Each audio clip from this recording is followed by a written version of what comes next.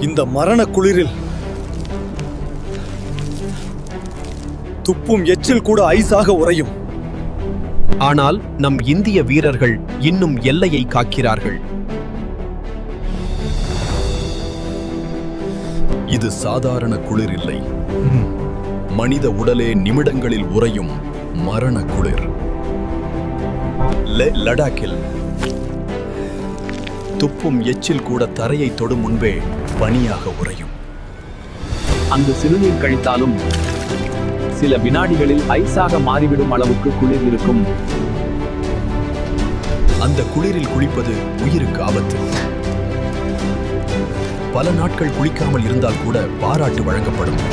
-டிகிரியில் உயிர் வாழ தினமும் உடற்பயிற்சி, சூடான உடைகள், ஆக்சிஜன் கட்டுப்பாடு, ஒவ்வொரு நொடியும் போராட்டம்.